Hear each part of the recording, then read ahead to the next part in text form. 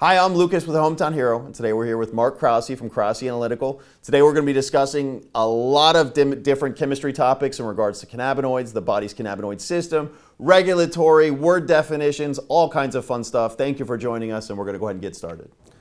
I wanted to touch with you on, and we talked about sort of the definitions, and the definitions being, forgive the word, a little bit bastardized and kind of modified and changed and all this stuff. So right now, we're in legislative session across the country in a lot of states, and we're seeing state legislators attempting to change the definition of hemp, change the definition of some of the words that we're talking about, misuse definitions in the regulatory stance that they're taking.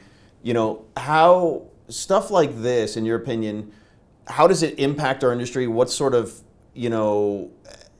why are they deterring from the FDA stance of what seems like a very clear definition of hemp? And how do we fight it? That's, again, it's amazing how I happen to have something so the definition of hemp in Texas is the same as the definition of hemp that USDA published. Correct. Okay? But Texas does something in HB 1325 that's really interesting. This is the 121.003. So you stop and think about this. 001 is definitions. 002 is how did we get the authority to do this. 003 is the third most important, or they considered it so important they had to put it all the way up at the top.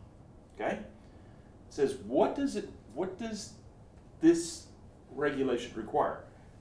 Number one, the plan must comply with 7 USC section 1639P.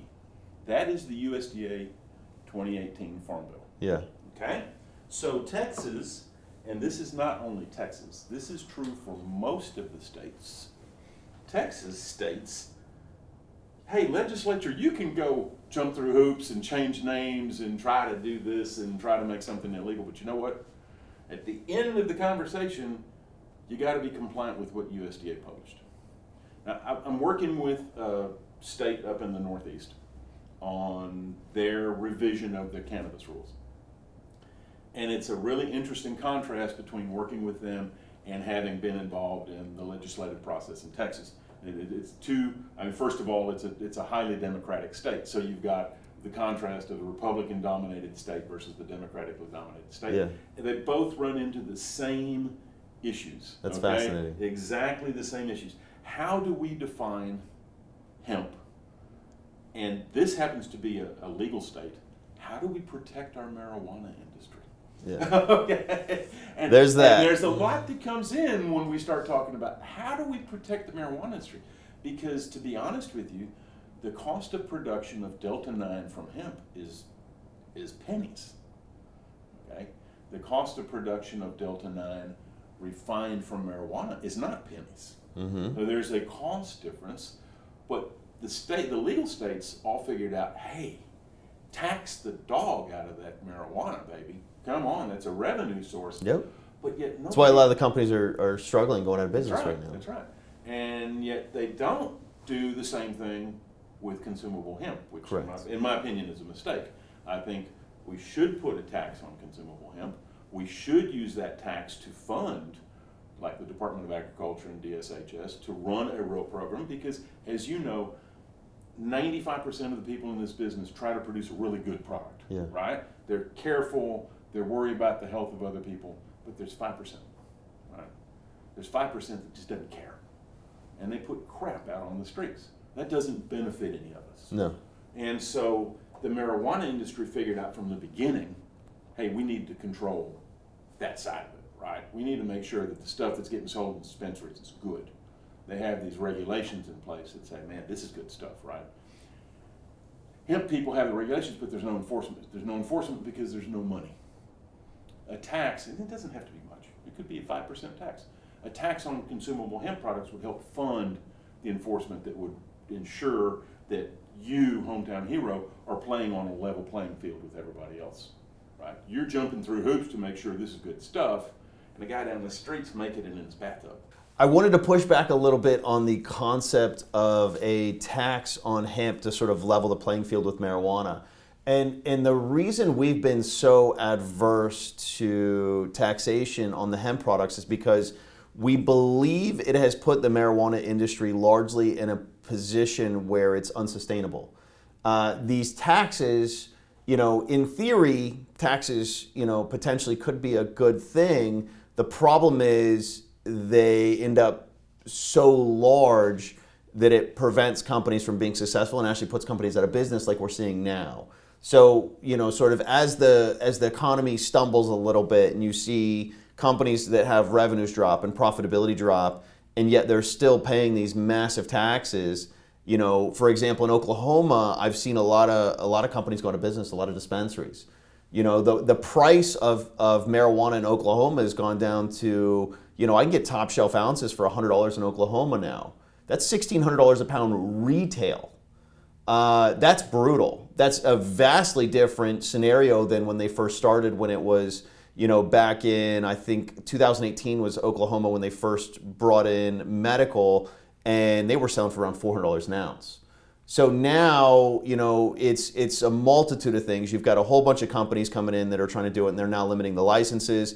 You've also got, pretty heavy taxation. And then on the flip side, you've got California who took the taxation even further, and companies that are very well-funded, very established, are struggling going out of business because of the taxes. So, the taxes for us are a weird one because in theory, I think that, scientific term, in theory, I think that, potentially it could be good, but I haven't seen taxation on cannabis implemented in a way that makes sense yet. Well, first of all, as you know, there's never been a politician who didn't love a tax. Okay. If you look at gasoline, most of what you pay at the pump are excise taxes. Yeah. Not the cost of gasoline. Yeah. You're paying excise taxes. Yeah. Okay? So federal government doesn't really want you to do that, so they don't let you post how much of this is tax, right? But most of it's tax. Marijuana, the dispensary costs, most of that in the legal states is tax. I agree with you 100%. Those taxes are excessive. So maybe we back off and we say, well, let's not tax hemp. I'm not talking about, hey, I want to put a tax on it. I'm talking about we need to fund some enforcement. So let's look at a different way of funding it. Let's raise our license fees to the legal manufacturers slightly. We don't have to raise them excessively. And suddenly we have $15,000 or $20,000 or $30,000 fund there for the state to go use to actually go visit you. Well, in Texas, there's a $250 annual registration fee, and we have over 3,000 registered hemp businesses in Texas, as far as I'm aware. So, I mean, that's $750,000 that they've got coming in from that program. But where does that money go? I don't know. Yeah, well, that's the problem. So if you call up my buddy Randy Rivera over at Texas Department of Agriculture, Randy's going to go, it's not in my budget. Okay. Interesting. So that money isn't necessarily going to that agency that's collecting it. Well, it's certainly not going to TDA. I can't speak for DSHS because I don't have knowledge of DSHS's operation. But I can tell you for a fact that TDA is funding this thing out of their own. That's interesting. I guess we'll have to dig into that a little bit and try and figure out where is that money actually going, because as far as I can tell, they are funded. They may just not be getting the money. They may not be getting the money. Yeah. So if that's the case, then yeah, let's forget about the tax, right? We've got the funds. Yeah. My argument is, I don't care where you get the funds from. Okay, I don't care if the legislature pulls it out of the And by the way, we're pushing right now for out-of-state registration. So companies that are out of state need to register as well and pay the $250 fee. And that's going to bring in even more money. Absolutely. So I mean, theoretically, they should be getting well over $1 million a year to run this program. Which should be plenty. Yeah. And so we don't need the tax because Correct. we're funded. Correct. So my biggest thing is, because I've seen it, especially in environmental. I see Well, it. also, if they aren't getting the money from the registrations right now, what's to say they're going to get the money from the tax? Well, they won't.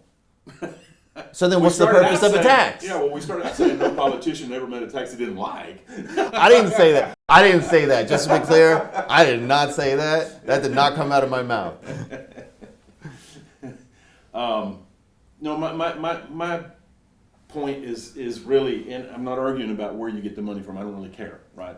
My point is that I've dealt with the EPA most of my life. I've dealt with FDA most of my life. I've dealt with regulatory authorities at the state level. And what you always find is they're really good at publishing regulations, but if there's no enforcement of the regulation, it's meaningless. Yeah. I'm pushing for, and I'm not looking for people coming into your building, with a SWAT team behind them. That's not what I'm asking for. But at least come and make sure you got some registrations. Check your paperwork. Yeah. So we kind of took a circuitous route and came back to where I was trying to go, which is the states all have the same issues.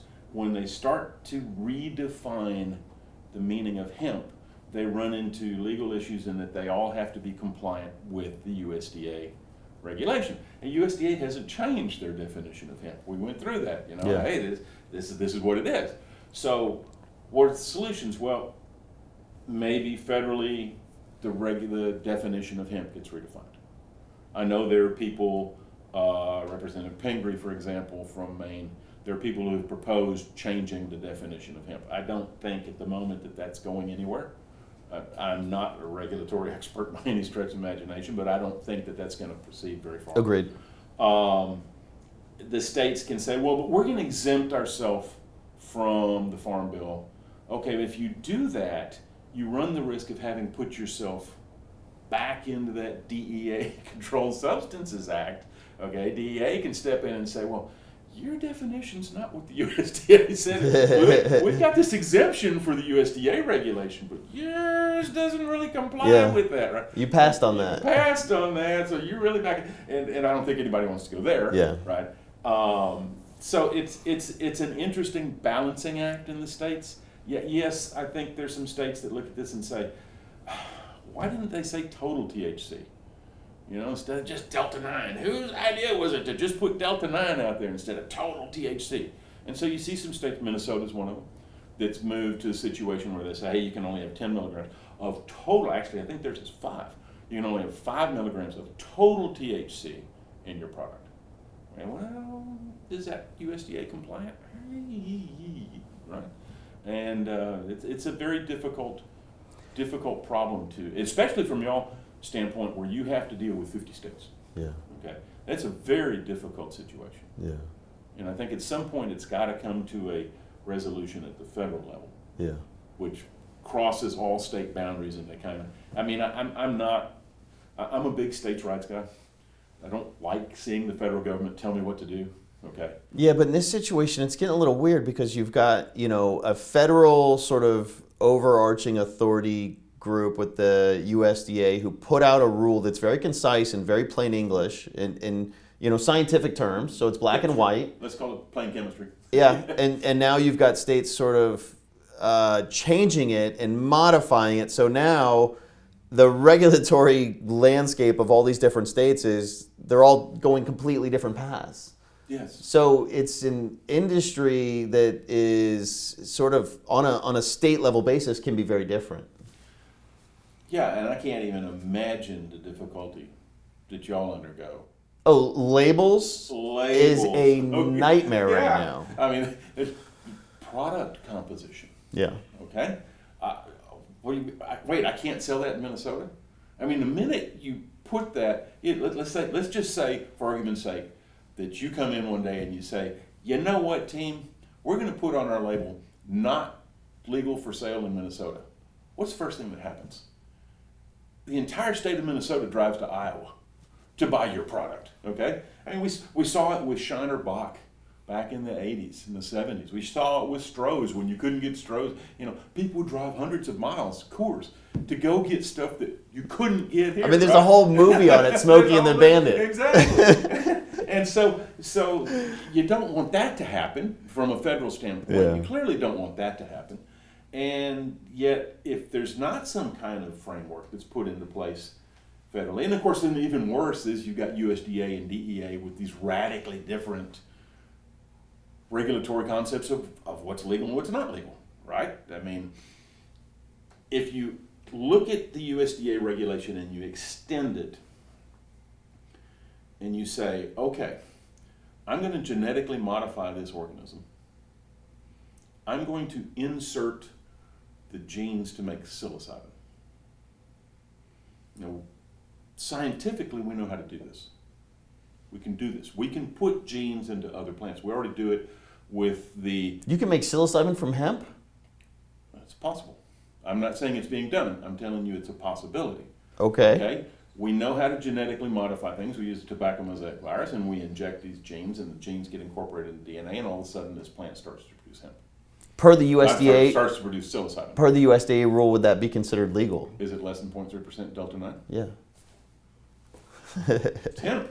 Mark, you had mentioned acetylation earlier. Can you go into a little more detail on that? Okay, that's really interesting chemistry, right? That one actually is the very definition. If you look into chemistry books and you say, okay, what is this derivative, right? When we talk about derivatives, it's the one they use as your example of what a derivative is, right? So I'm going to give you an example of something that you know it's really familiar to you, that you have to have acetylation for. So acetylation is adding an acetic acid group to a compound. Mm-hmm. So back in the late 1800s, German chemists took an extract from willow bark, okay, and he added an acetyl group to what he thought was a compound in there that was useful, and he ended up with what is called acetyl salicylic acid. Acetyl salicylic acid is what you call aspirin. Okay. Okay. So when you acetylate things, when I put this acetyl group, which is 2 carbons and a couple of oxygens, Mm-hmm. right? When I put this on compounds, it makes it more bioavailable. So I can drink willow bark tea, but the salicylic acid itself won't make it through my digestive system, won't get into my bloodstream. Yeah. If I put that acetyl group on the salicylic acid and I now drink that, this stuff gets assimilated by your body. Your body likes acetyl groups on compounds. As a matter of fact, there's even a term for it. It's called a prodrug. So you take a drug, you put an acetyl group on there, it takes 2 passes through your bloodstream.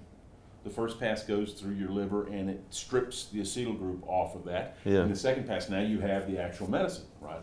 So we put an acetyl group on THC and it gets through your digestive system, gets into your intestines, gets absorbed, gets into your bloodstream, goes first pass through the liver, strips the acetyl group, second pass, it's now THC. Now, there's 3 passes when you're dealing with THC because you actually have to make this thing called 11-hydroxy-THC, which your liver does. Okay, so you go 1, we strip the acetyl group, 2, we put the hydroxy on, now your body uses it and you begin to feel it. So what happens when you've got acetyl THC is you don't get any response at first. So it takes a long time, and then all of a sudden, you get that THC response. Yeah. Well, we've been told, I can't verify this because, as I pointed out, 65-year-old chemists and some of the stuff don't work well. What we've been told is that it's actually a higher high. Yeah. I can't verify that for you, but that's anecdotal. Yeah. But it is truly a prodrug, and it does protect the molecule through your digestive system. So you get better absorption, and you actually get higher concentration of THC, measurable THC in your bloodstream after you ingest this. Interesting. Okay. It's a really common process in biology. So when your body does DNA repair, Yeah. the proteins that do that repair actually use acetylation as one of their enzymatic processes to help fix the DNA. Interesting. Okay? So this is not something that your body's unaccustomed to seeing. It has mechanisms to deal with acetyl groups. Yeah. So it's useful in that it can turn something that may not be very bioavailable into something that's very bioavailable. Interesting. Interesting. Let's go on a little bit of a tangent. Let's talk about the endocannabinoid system. I'm very curious to hear your thoughts on sort of what you perceive to be the most fascinating ways that cannabis interacts with the human body. Okay. So it's poorly understood. First of all, let's back off just a minute. Okay. Many years ago, someone foolishly gave me a piece of paper that says I'm a chemist. Mm-hmm. Now, may have been a mistake on their part, but I'm not giving it back, okay? Fair enough. I'm not a biologist. That's stated. Now, there's this poorly understood system in your body called the endocannabinoid system. Unfortunately, even though we made a lot of progress over the past few years in understanding what it does, we still don't fully understand how the endocannabinoid system works. We know that your body produces a compound called anandamide. Anandamide is this really long hydrocarbon chain. Mm-hmm. And it somehow fits into these receptors on your endocannabinoid system, and it makes you feel good. Mm-hmm. Well, there's this whole series of compounds that naturally occur in cannabis that also fit into those receptors in the endocannabinoid system, and they make you feel good. Now, they fit sometimes a little better or bind a little stronger than anandamide, so, and your body produces anandamide, so the endocannabinoid system clearly wasn't intended for you to have to find cannabis and smoke it to make you feel good, okay? That's not the function of it. That's the story I tell myself. That's a good story. You keep telling yourself that. But obviously these compounds fit in there, so that means that the endocannabinoid system must be relatively widespread, right? Mm-hmm. Because otherwise you wouldn't have had the evolution to create this endocannabinoid system. Means it probably isn't limited to humans, and what we find out is it's not. Okay? We've got endocannabinoid system in dogs and cats and mice and horses. It's in all these mammals. Okay, that's pretty cool. You know, what does it actually do? I don't know that anybody can tell you with great definition what it actually does. I know that they can tell you, okay, the binding constant of CBD mm-hmm. is this. And the binding constant of THC binds way stronger than CBD, right? But I don't know that anybody knows exactly why. Question for you, and I've seen this sort of regurgitated a lot on the internet, kind of one of those myths. What animals is THC not good for? Now, I've seen back and forth on sort of dogs and cats of you shouldn't give them THC, or from what I can tell, it seems like people are if you give a pet THC to deal with a medical issue, people are giving them too much. Yeah. I think that's largely the issue versus THC is not good for them and it's bad for them. I think people just give them too much because they're much smaller. Right. And the body weight differences are massive versus a human. I think people, for whatever reason, think they can just hand them a gummy and they're good to go. Like it's like you're basically overdosing them. Yes. And from what I can tell, THC is actually good for pets. People just tend to give them too much. So every drug, you pick one. Let's pick alcohol. Alcohol works on what's called a dose-response basis. Mm-hmm. So if you take me, I weigh 270 pounds. It takes more alcohol to get me really high than it does my poor 110-pound wife. Okay?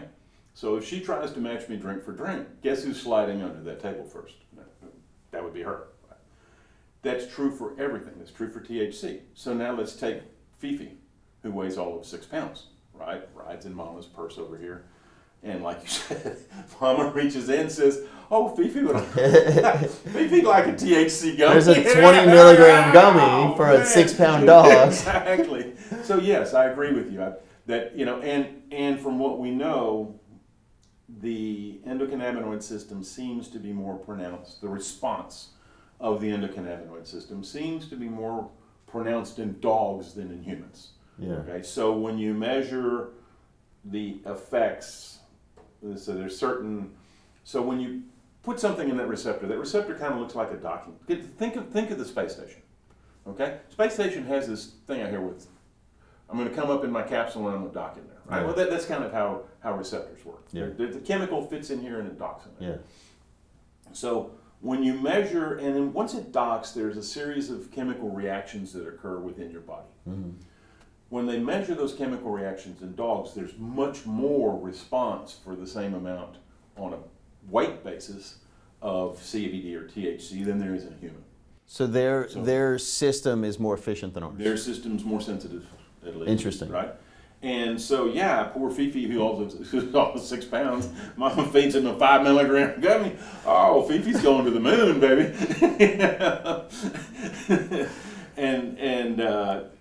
from what I know, just from personal experience with my dog and with other dogs, small amounts of CBD is really good for them.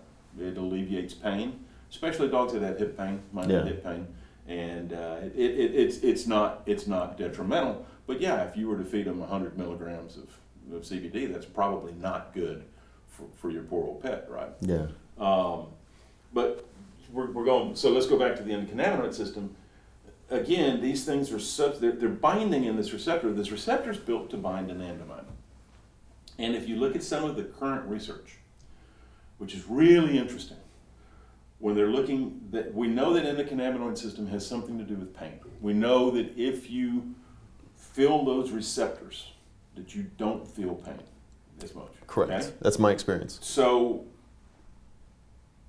some of the new compounds, so THC, you know what it looks like. It's got a ring here, it's got a ring here, it's got a ring here, it's got this little tail, right? Everybody knows what the little tail looks like. Some of the new research has 2 really long tails on this head that looks like THC. Okay? So anandamide you can consider it to be a tiny little head with 2 really long tails. And so they're doing something similar to that, but binding with that efficiency that THC molecule has. Yeah. Okay? And putting 2 really long tails. And all of a sudden the pain response just goes through the roof, right? You kill pain.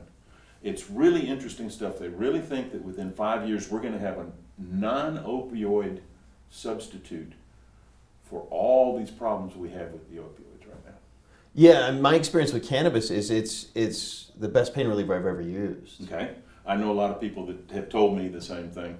There's one other thing. You shouldn't give Fifi a 20 milligram gummy. You shouldn't give 65-year-old chemists 25 milligram gummies, especially not when they're in the lab. It's a bad idea.